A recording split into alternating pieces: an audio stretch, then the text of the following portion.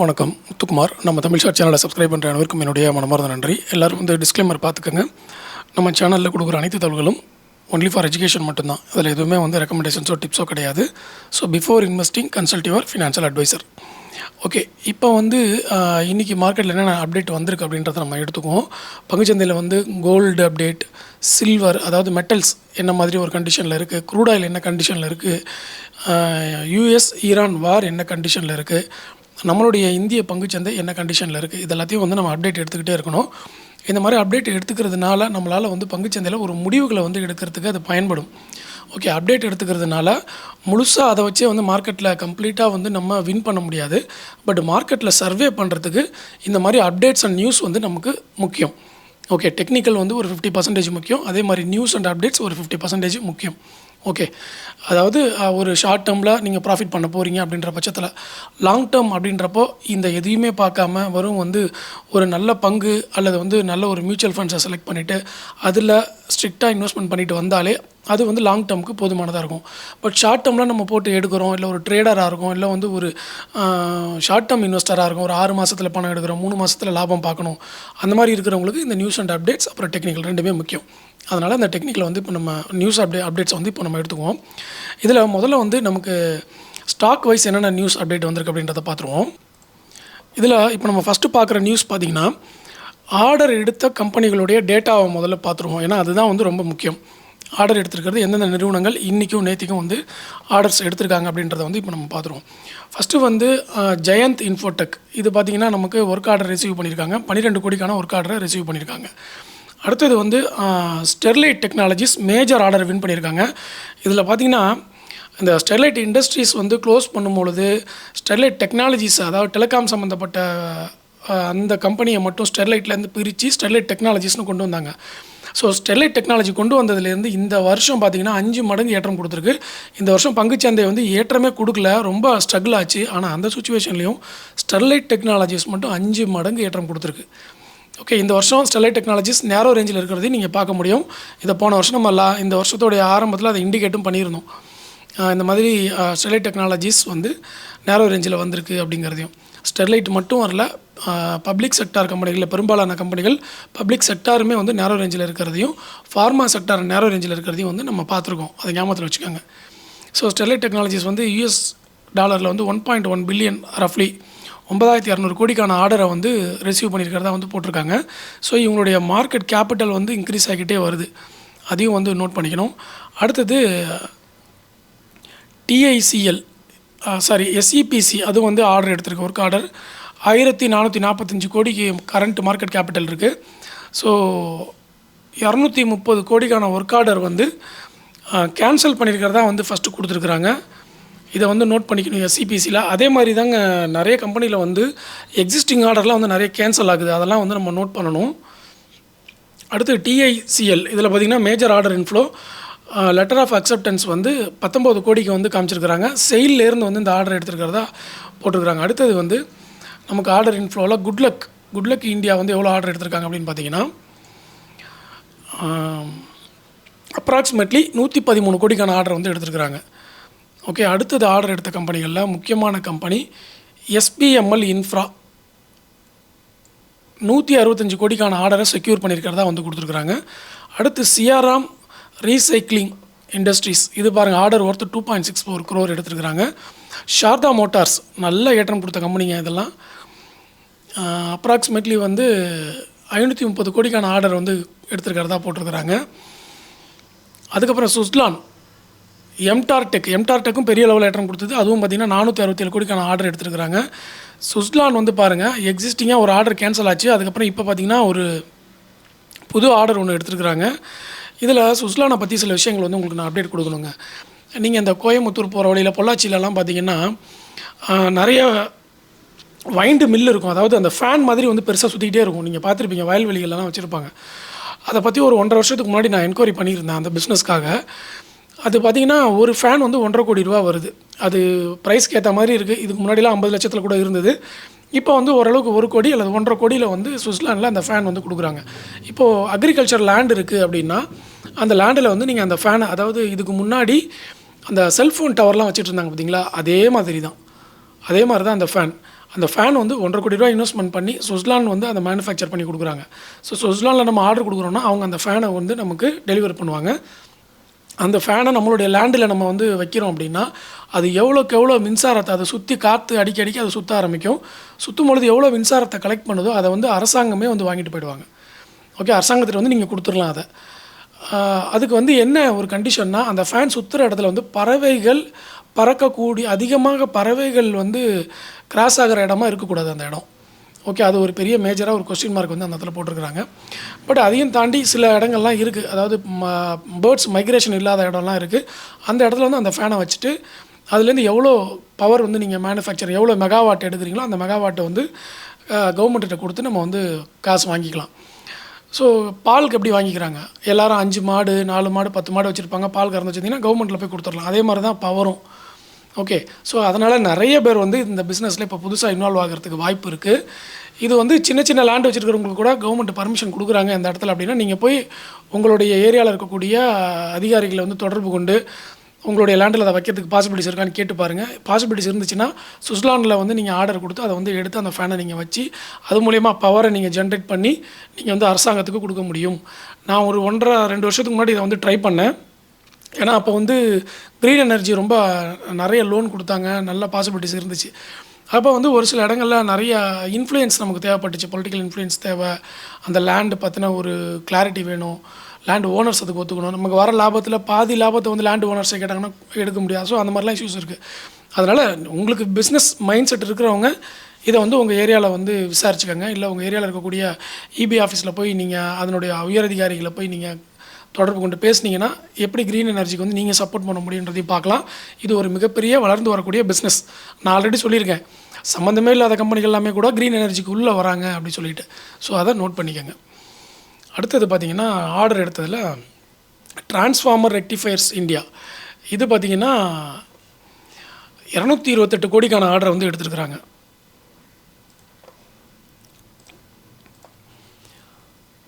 அடுத்தது எக்ஸாட்டோ technologies order எடுத்துருக்குறாங்க. அதுக்கப்புறம் பார்த்திங்கன்னா மேஜர் ஆர்டர் வந்து வேறு எதுவும் வரல. ஓகேவா, இது எல்லாமே ஆர்டர் எடுத்த கம்பெனிகள். கேசார் இந்தியா அது பாருங்கள் ஆர்டர் எடுத்துருக்காங்க, 160 கோடிக்கான ஆர்டரை வந்து செக்யூர் பண்ணியிருக்கிறதா போட்டிருக்காங்க ஜி என்டர்பிரைசஸ்லேருந்து. அடுத்து நம்ம பார்க்க போகிறது வந்து மேக்ரோ டேட்டாவில் இண்டஸ்ட்ரியல் ப்ரொடக்ஷன் வந்து நமக்கு 28 மே வந்து அனௌன்ஸ்மெண்ட் வருது. 29 மேல ஃபாரெக்ஸ் ரிசர்வ்ஸோடைய அனௌன்ஸ்மெண்ட் வருது. ஃபாரெக்ஸ் ரிசர்வ் எவ்வளோ இருக்குங்கிறத பொறுத்து வந்து பெரிய வாலட்டிலிட்டி உண்டுங்க இந்த தடவை. ஏன்னா இந்த தடவை வந்து நம்ம நல்லா மாட்டிக்கிட்டோம்.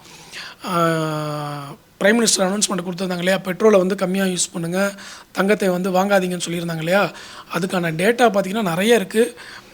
அதை வந்து நான் தெளிவாக ஒரு வீடியோவில் வந்து பதிவு பண்ணுறேன், அடுத்த வீடியோவில் கூட பதிவு பண்ணுறேன். இதில் டைம் இருக்கா, 8 நிமிஷம் ஆகிடுச்சு. ஸோ அப்டேட்டுக்கே கரெக்டாக இருக்கும். அதனால் அதில் அடுத்த வீடியோவில் வந்து அதை பற்றின முழு தகவல்களை வந்து நான் பதிவிடுறேன்.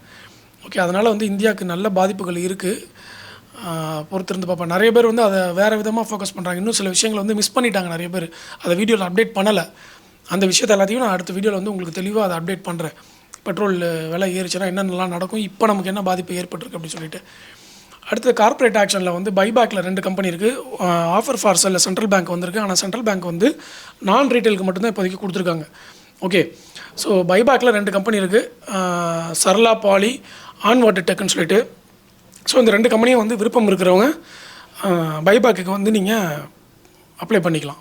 ஓகே, அடுத்தது ஐபிஓ பொறுத்தளவில் எல்லாமே ஸ்மால் கேப் ஐபிஓ தான் இருக்குது. ஒரு மெயின் போர்டு ஐபிஓ எதுவும் வரல.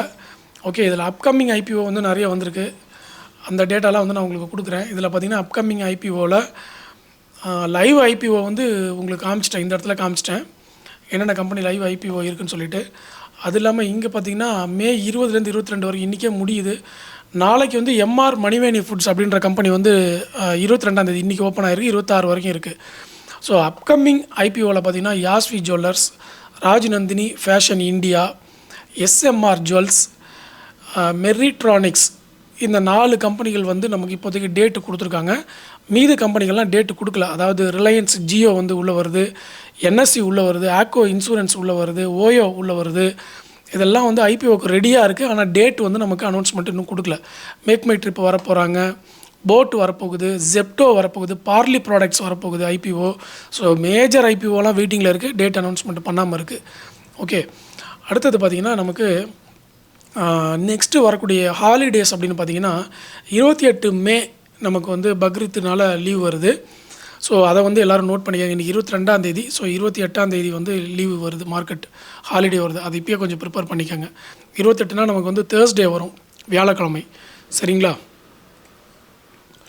அடுத்தது வந்து இன்றைக்கி வந்திருக்கக்கூடிய ஸ்டாக்ஸுடைய ரிசல்ட்டு வந்து நம்ம பார்க்கலாம். இதில் வந்து சன்ஃபார்மா நல்ல ஒரு ரிசல்ட்டை பதிவு பண்ணியிருந்தாங்க. அதனாலேயே சன்ஃபார்மா பார்த்திங்கன்னா ஆல்ரெடி 52 வீக் லோவில் இருந்துச்சு. ஓகே, பயங்கரமான டவுனில் வந்து சன்ஃபார்மா இருந்துச்சு. ஸோ இந்த இந்த இந்த மாதம் ஃபுல்லாகவே பார்த்தீங்கன்னா கிட்டத்தட்ட 140லேருந்து அதனுடைய ப்ரைஸ் 200 தாண்டி இருக்குது. அப்படின்னா எவ்வளோ பாருங்கள், கிட்ட 30% மேலே, 35% மேலே வந்து இந்த மாதமே வந்து ஏற்றம் கொடுத்துருக்கு சன்ஃபார்மா. நல்ல ஒரு ரிசல்ட்டையும் வந்து பதிவு பண்ணியிருக்காங்க ஃபார்மா செக்டரில். ஸோ அது இல்லாமல் ரிசல்ட்டில் பார்த்தீங்கன்னா டிடிகே ப்ரெஸ்டீஜ் வந்து நமக்கு ரிசல்ட் கொடுத்துருக்குறாங்க. அந்த ரிசல்ட்டு வந்து நமக்கு என்ன காமிச்சிருக்கிறாங்க, நெட் ப்ராஃபிட் வந்து 36 கோடியாக இருக்குது. நெட் லாஸ்லேருந்து வந்து ப்ராஃபிட்டுக்கு மாறி இருக்கிறாங்க அந்த கம்பெனி. ஓகே, அதை வந்து நம்ம கவனிக்கணும். அடுத்தது வந்து ஜிஎஸ்எஃப்சி, இது வந்து நெட் ப்ராஃபிட் டவுன் ஆகிருக்கு. அதுக்கப்புறம் வந்து இன்ஃபோ எட்ஜ் நெட் ப்ராஃபிட் வந்து 272 கோடியிலேருந்து 566 கோடியாக இருக்குது கியூஓக்யூவில். ஆனால் நம்ம கம்பேர் பண்ண வேண்டியது ஒய்ஓவையில் தான் கம்பேர் பண்ணணும். அப்போ இதையும் ஒய்ஓவையில் தான் நம்ம வந்து பார்க்கணும். எது ஜிஎஸ்எஃப்சியோட ப்ராஃபிட்டு. இவங்க வந்து என்ன கொடுத்துருக்காங்க, அந்த டேட்டா வந்து நம்ம ஸ்க்ரீனர் வெப்சைட்டில் போய் பார்த்தோம்னா தெளிவாக கிடைக்கும். இதில் கொடுக்கல, இயர் ஆன் இயராக கியூஓக்யூவான்னு கொடுக்கல. அது இல்லாமல் டிவிடெண்ட் வந்து 5 rupees கொடுத்து அனௌன்ஸ்மெண்ட் கொடுத்துருக்காங்க ஜிஎஸ்எஃப்சியில். சன்ஃபார்மாக்கும் டிவிடெண்ட் அனௌன்ஸ்மெண்ட் கொடுத்துருக்காங்க. ஓகே, இன்ஃபோ எட்ஜில் வந்து நமக்கு என்ன கொடுத்துருக்காங்க, ஃபைனல் டிவிடெண்ட் 3.6 வரைக்கும் கொடுத்துருக்காங்க ஃபைனல் டிவிடெண்ட்டு. ஓகே, ஸோ இதில் வந்து டபுள் ஆகிருக்குல்ல நெட் ப்ராஃபிட்டு, அதில் வந்து ஒன் டைம் கெயினும் வந்து கொடுத்துருக்காங்க அப்படின்றதையும் வந்து காமிச்சிருக்காங்க. பட் ஒன் டைம் கெயினையும் தாண்டி இது வந்து மிகப்பெரிய அளவிலான ஒரு ரிசல்ட்டை தான் வந்து பதிவு பண்ணியிருக்கு. Okay, info edge. அடுத்து ஐச்சர் மோட்டார்ஸை பொறுத்தளவில் கீ திங்ஸ் டு வாட்ச் அப்படின்னு கொடுத்துருக்காங்க. ஆனால் அது ரிசல்ட் இல்லை. ஹிண்டால்கோ அதுவும் வந்து அப்டேட்ஸ் கொடுத்துருக்காங்க. இந்த அப்டேட்லாம் வந்து நான் என்ன பண்ணுறேன், உங்களுக்கு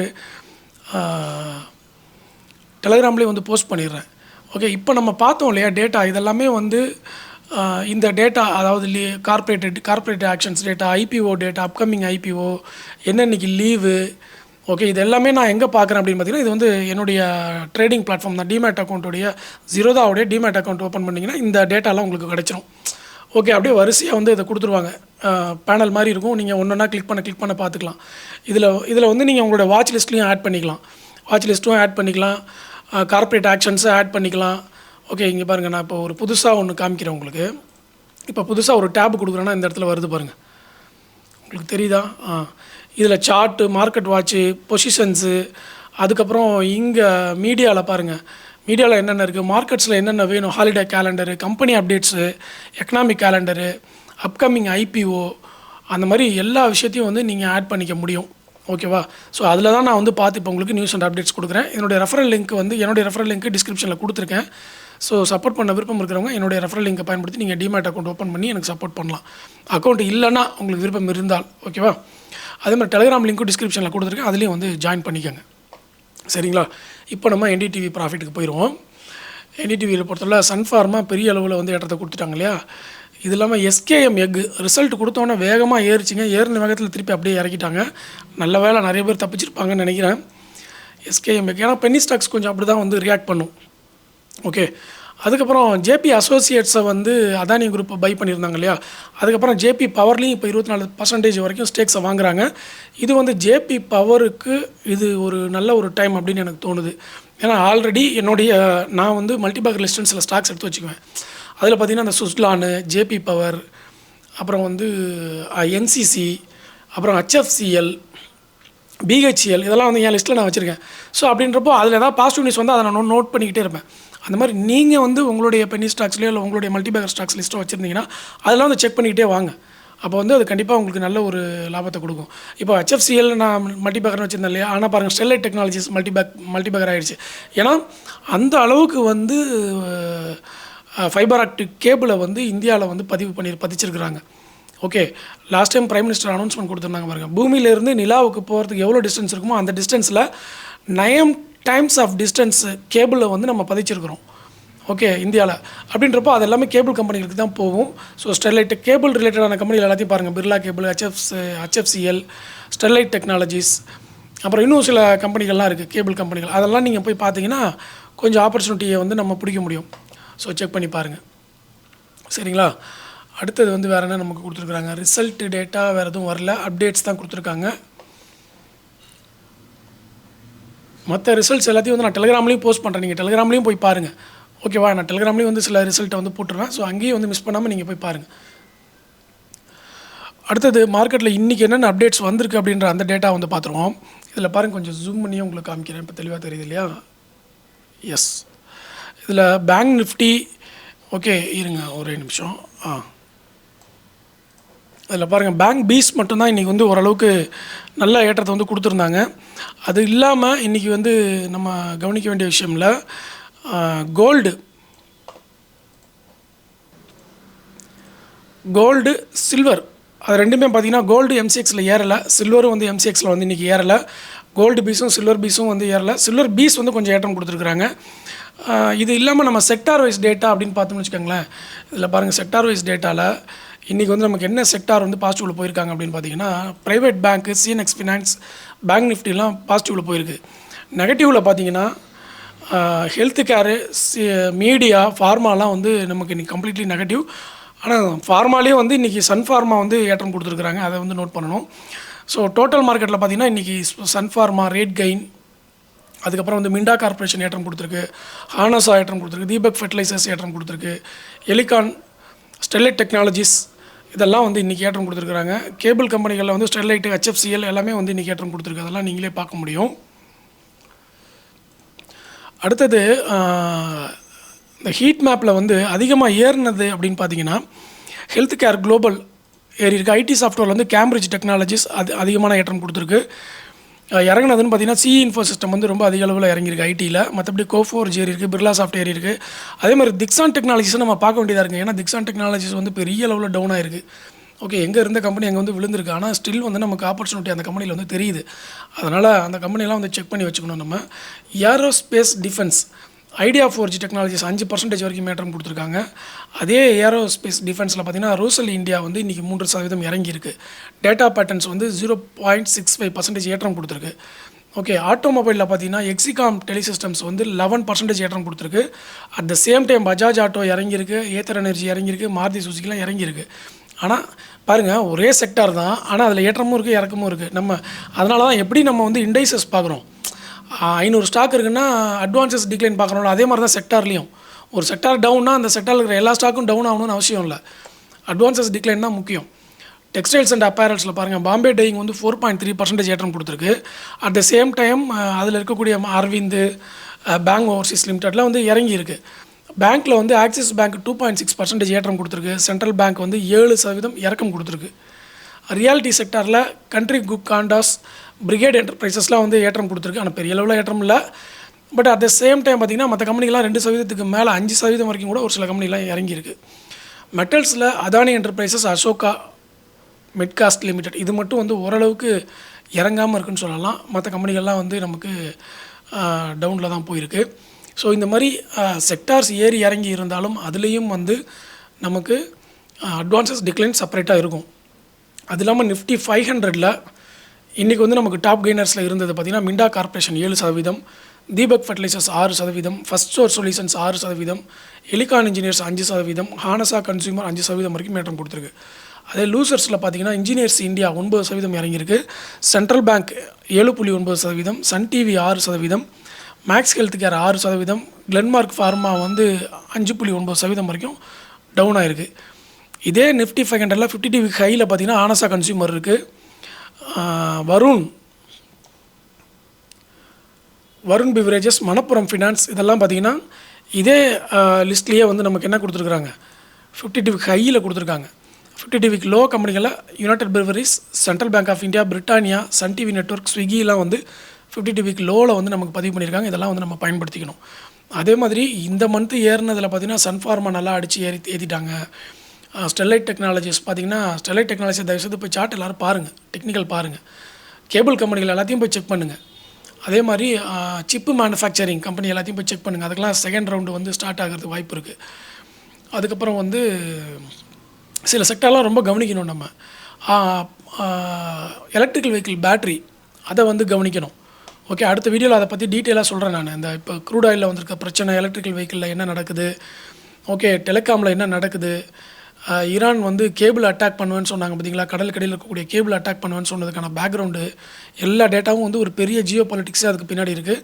அது நிறைய பேர் இன்னும் டீட்டெயில்ஸாக சொல்லலை. அது எல்லாத்தையும் வந்து எனக்கு தெரிஞ்ச வரைக்கும் நான் என்னென்ன டேட்டா கலெக்ட் பண்ணணும் அதெல்லாம் வந்து நான் உங்களுக்கு அடுத்த வீடியோவில் சொல்லிடுறேன். ஓகே, நன்றி, வணக்கம்.